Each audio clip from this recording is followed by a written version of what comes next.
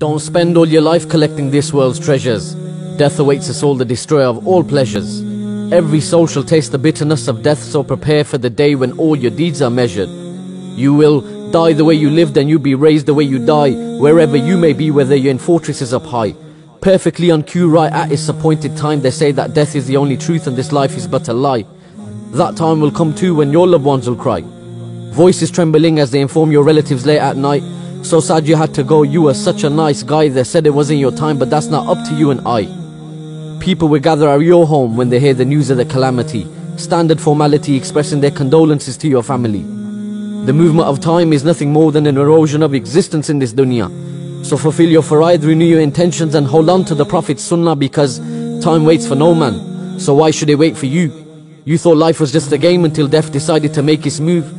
You were given chance after chance, but now it's too late for you. You procrastinate to prostrate to the one that created you. You see, time is killing us while we think we're killing time. The place where you'll be buried has already been assigned. We deal with death like it's doubtful when the promise is divine. Will you be satisfied when you're lying in a space that's confined? Uthman ibn Affan would cry every time he'd see the grave, the possessor of two lights, may Allah be pleased with his slave. He'd say that the grave is the very first step into the akhirah. Who's successful in the qabr will be successful all the way. But these days we just laugh and joke in the cemetery. Some don't even visit, believing this unnecessary. Brother, don't forget that even your life is temporary. Don't live your life like death is not in your vocabulary.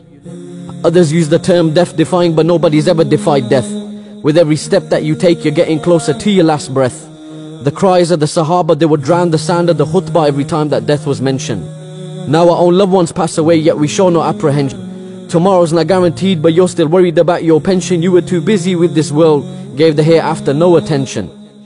Don't build a life in this dunya by destroying your akhirah. Read and take heed from Surah Al-Waqi'ah. This life's a test, you can't retake or restart it. The cloth which will make your shroud may have already hit the market. O son of Adam, you're only a number of days, and whenever a day passes, part of you passes away. You're a traveler in this world, brother, you're not here to stay, so prepare for the day when your own limbs will have their say. You will regret every moment that you chose to disobey. Imagine standing before Allah while your deeds are being weighed. When people gave you advice, you didn't give them the time of day. You thought you'd practice when you're older, but it didn't go your way. So we laid you to rest right side facing the Kaaba. I just pray the last words on your lips was a shahada. Friends and family turn up to pray your janazah. If anyone could escape death, it would have been the Prophets and Sahaba.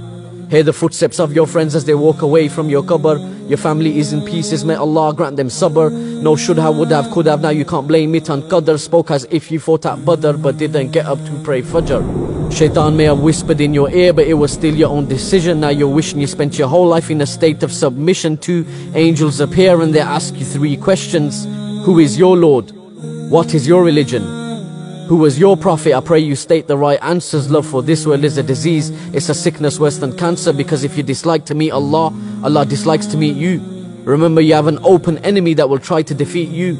Shaitan won't leave you alone. He'll try and misguide you to the end. So if you're losing the battle to him now, then tell me, what will you do then? Once the angel of death takes your soul, it will be too late to repent. His advice to myself, first and foremost, we all need to make amends.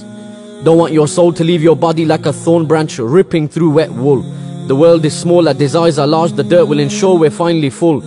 Angels of dark faces whipping you, calling you by the worst of names, telling you to taste the punishment of the blazing flame, saying, "O evil soul, come out to the anger and wrath of Allah."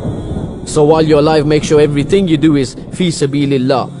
Constantly remember death and try your best not to get misled. If you could hear what happens in the grave, then you would stop burying your dead. My brother, you could be here one morning and be gone by the afternoon. That's why we say, Inna lillahi wa inna ilayhi raji'un.